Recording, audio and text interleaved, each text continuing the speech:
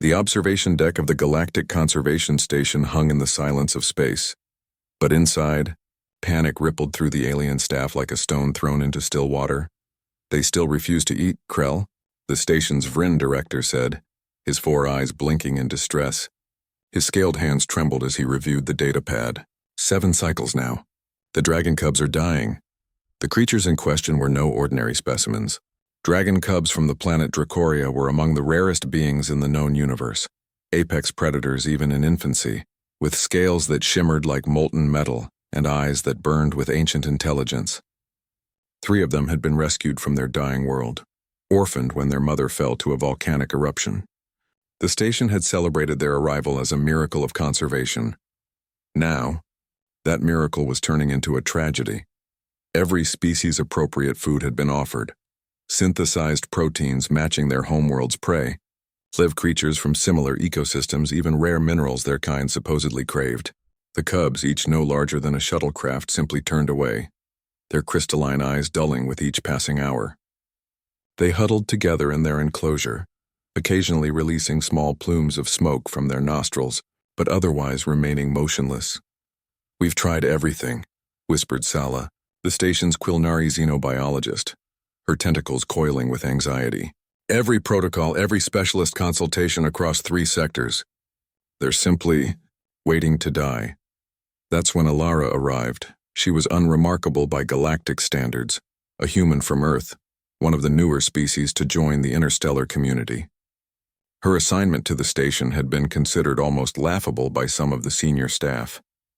Humans were empathetic, yes, but they lacked the specialized biological knowledge of the Vryn, the telepathic abilities of the Quilnari, or the millennia of experience held by the Eldarin scholars. But Ilara had something else. She stood before the enclosure viewing panel, her dark eyes studying the 3 cubs with an intensity that made Krell uncomfortable. Where others saw dying creatures, she seemed to see people. "They're grieving," Ilara said softly, her hand resting against the transparent barrier. "They're children who watched their mother die. Of course they won't eat." "We understand trauma," Krell protested.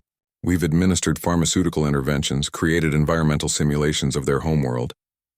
"They don't need drugs or simulations," Ilara interrupted gently. "They need to trust again."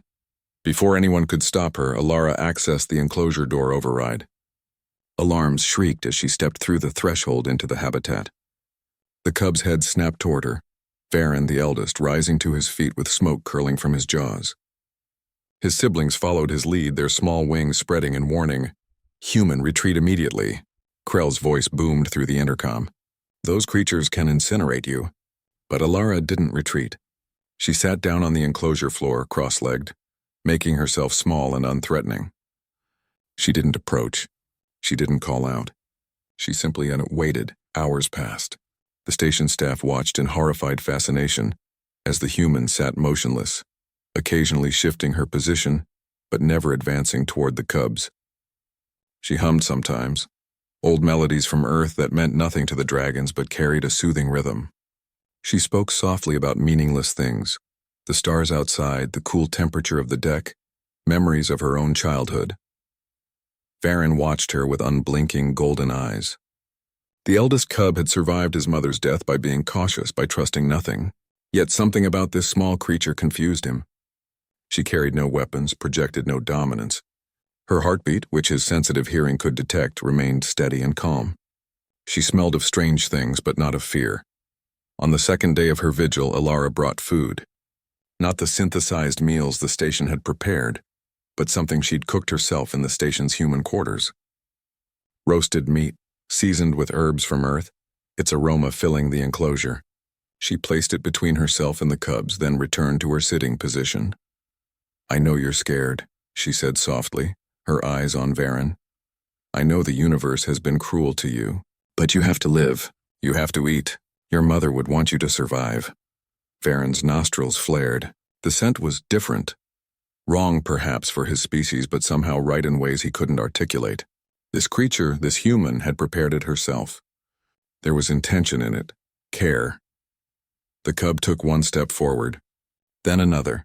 The station staff held their collective breath as Varen approached the human. He could kill her with a single breath of flame. Instead, he lowered his head and sniffed the offered meat. Behind him, his siblings crept closer, emboldened by their brother's courage. Ilara remained perfectly still, though her heart now raced. She kept her breathing even, her posture relaxed. When Varen was close enough that she could feel the heat radiating from his scales, she spoke again. "It's okay.